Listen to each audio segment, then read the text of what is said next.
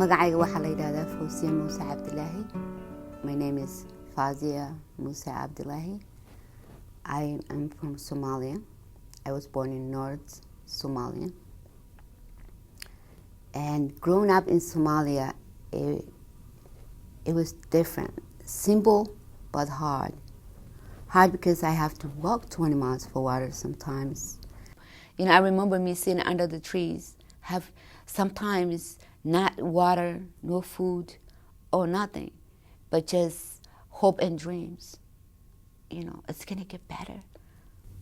You know, I didn't have education. I didn't know anything in the world. There is other, you know, there is America, there is other countries, because there's nobody teaching you the history of the war, so you have no idea. One thing I always wanted to do in Somalia, I wanted to go to school, because I used to see the boys going to school. They didn't have special buildings, you know, like America, but they would sit under the trees and the teachers would teach them. And I always trying to picture myself sitting beside them and wonder, what are they learning? I used to ask my brother when he comes back, what are you learning today?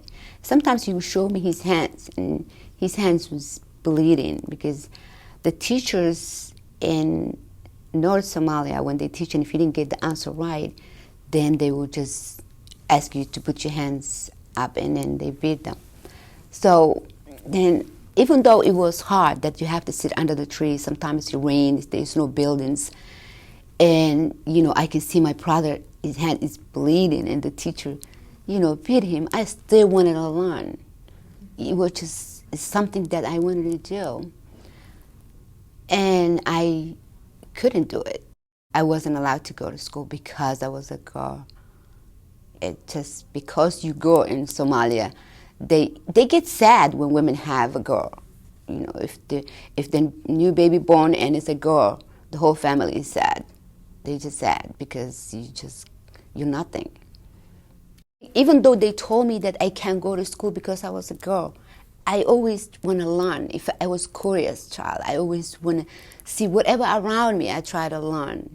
One thing that was amazing me, it was that terminite things. They build their own tower. So sometimes I would sit and meditate and just watch them, and I say to myself, if these little ants can, you know, build their own tower, and they're so tiny, but they come together, and then they carry, you know, a little dirt, they carry it together, and they don't just crumble, they follow each other, you know, they go online, and they build their own tower, and they used to motivate me. I say, can you imagine what I can do? You know, because this is a little ant. So yeah, I always that was a one thing that I always remember in Somalian life that really encouraged me and motivated me that I could do more. And it might be, God might have another place for me. So I went to the United Nations. It wasn't easy, it was really hard. But I went to the United Nations, and they told me you can get sponsor. So I have a sponsor, and in Phoenix, Arizona. It's called Tolo State Foundation. It's finally coming to New York City. It was 1986, December. It was beautiful. I can never forget that night. It's like, imagine you coming from somewhere that, like, after 6 o'clock, you don't even see a light. It's just so dark. And coming to JFK Airport, you know, the movement, the people, the different color of people, it was just amazing. It was beautiful.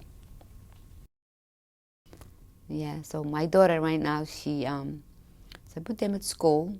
She went to McCaskey, she graduated. She's LPM, she works in Willow Valley.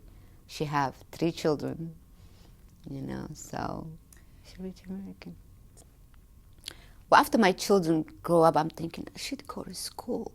You know, my dream is still with me. I just don't know, because being a mother with 4 children, working in a factory, sometimes 2 jobs, I didn't have the chance. Then I had a car accident, so then I have can only use one arm, or my two arm. One of them is not good. So has a disability, don't speak English, couldn't read, couldn't write. With 4 children, it was really hard.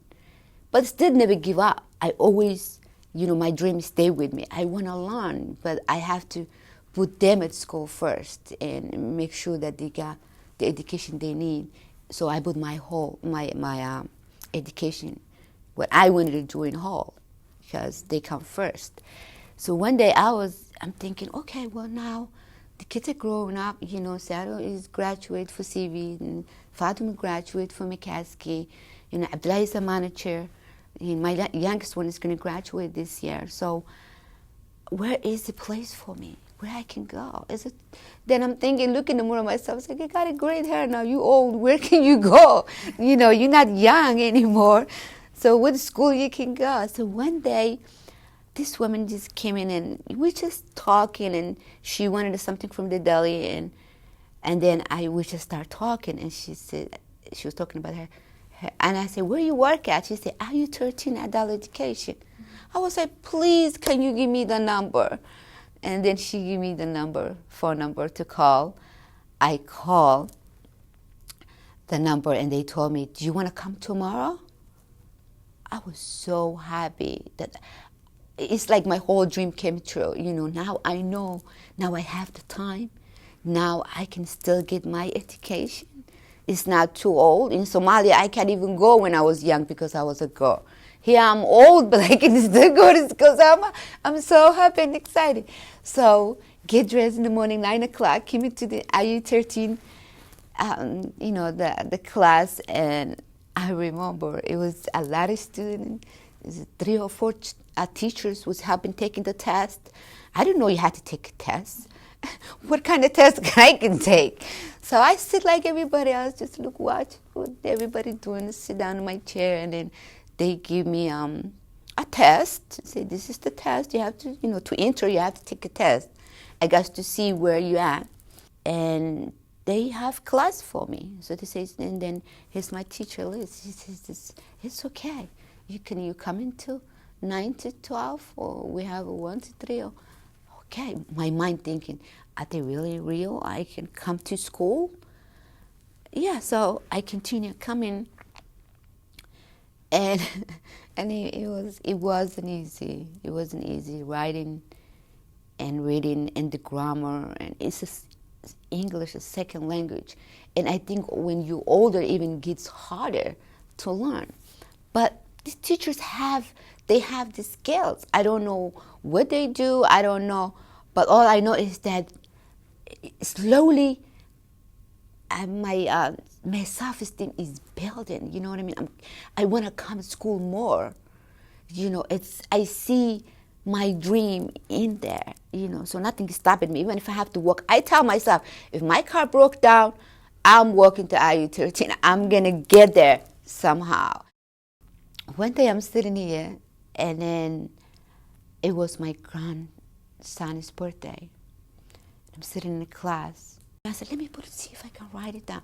So I try to write, today is my grandson's birthday. Then I read, and I said, okay, maybe it's right, maybe it's right. I don't know. So I asked my classmate next to me, I said, can you read my handwriting? We had to quiet in the class. She said, it's your grandson's birthday. Oh my God, I can't believe it. It was like, I don't know how to explain. I think when you don't have education, you can't read, write, you're just blind. It's like I'm sitting in this dark room and somebody just turned lights on for me. I cry. He's my teacher. So tears in my eyes. I was like, oh my God, she can read what I wrote in the paper.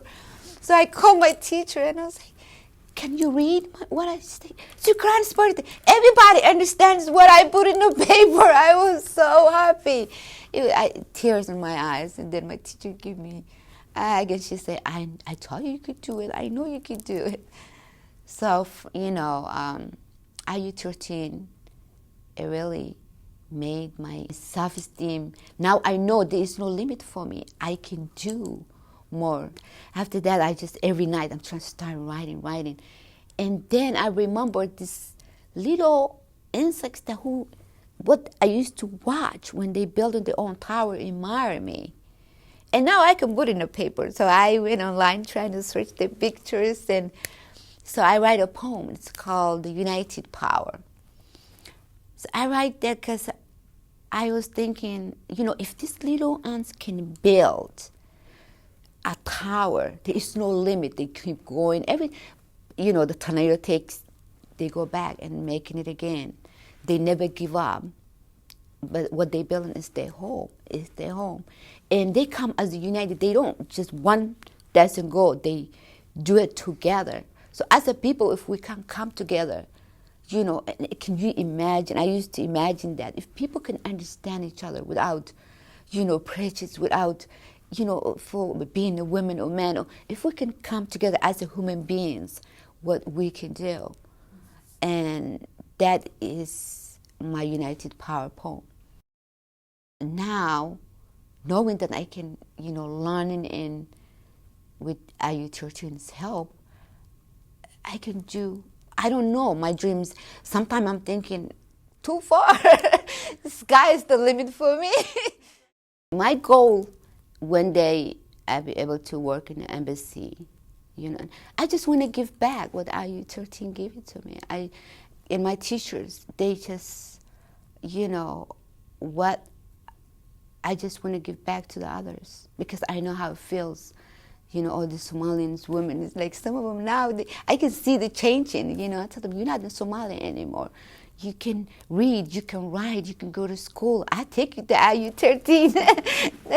Adult education, there is place for us that we can, we can learn. So, yeah, I want to give back.